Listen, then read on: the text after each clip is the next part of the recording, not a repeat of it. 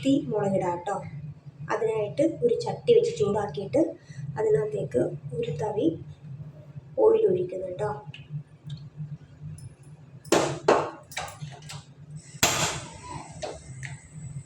എണ്ണയൊന്ന് ചൂടായി വരുമ്പോഴേക്കും അതിനകത്തേക്ക് നമുക്ക് കുറച്ച് ഉലുവ ഇടാം.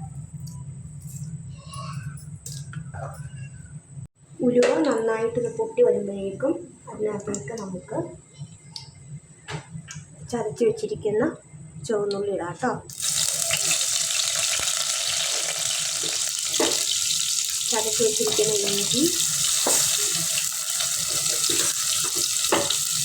ചതച്ച് വെച്ചിരിക്കുന്ന വെളുത്തുള്ളി,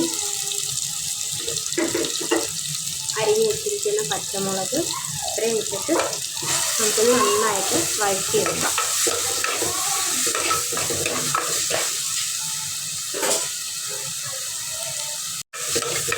ഇതിൽ പച്ചമണം മാറുന്നത് വരെ നന്നായി വഴറ്റിയെടുക്കുക. ഇതിനകത്തേക്ക് 1/4 ടീസ്പൂൺ മഞ്ഞൾപ്പൊടി, 2 ടീസ്പൂൺ കാശ്മീരി മുളക് പൊടി, സാധാ മുളക് പൊടി, അതൊരു 2 സ്പൂൺ മല്ലിപ്പൊടി. എന്നിട്ട് ഇത് നന്നായിട്ട് വഴറ്റിയെടുക്കുക. കരിയാൻ പാടില്ല. തീ കുറച്ചിട്ട് നന്നായിട്ട് ഇതെല്ലാം വഴറ്റിയെടുക്കണം. ഇത് ആയതിനു ശേഷം അതിനകത്തേക്ക് വെള്ളത്തിൽ കുതിർത്ത് വെച്ചിരിക്കുന്ന കുടംപുളി ചേർക്കാം.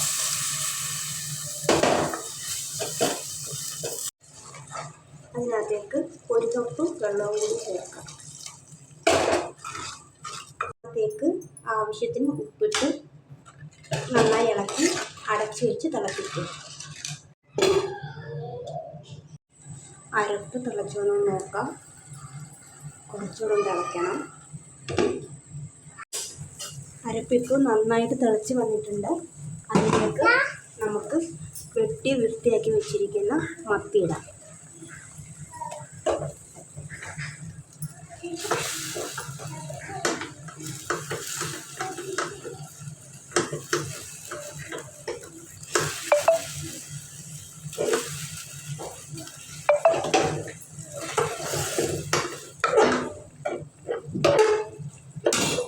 അടച്ച് വയ്ക്കാം കേട്ടോ. ഇതിലേക്ക് നമുക്ക് കുറച്ച് കറിവേപ്പിലയൊക്കെ ഇടാം.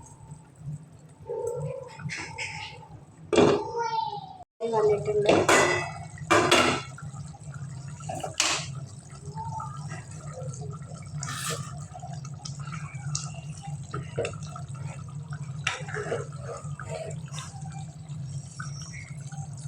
അതിലേക്ക് നമുക്ക് ഒരു പിഞ്ച് ഉലുവാപ്പൊടിയോട് ചേർക്കാം കേട്ടോ.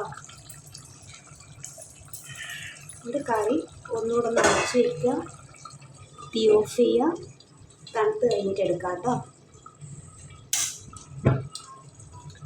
ഇതാണ് കേട്ടോ മുളകിട്ട മീൻകറി. ഇത് തലേന്ന് രാത്രിയിൽ വെച്ചിട്ട് പിറ്റേന്ന് എടുത്ത് വെച്ച് കഴിക്കണം. അതാണ് സ്വാദ്. എല്ലാവരും ഇത് ട്രൈ ചെയ്ത് നോക്കൂ കേട്ടോ.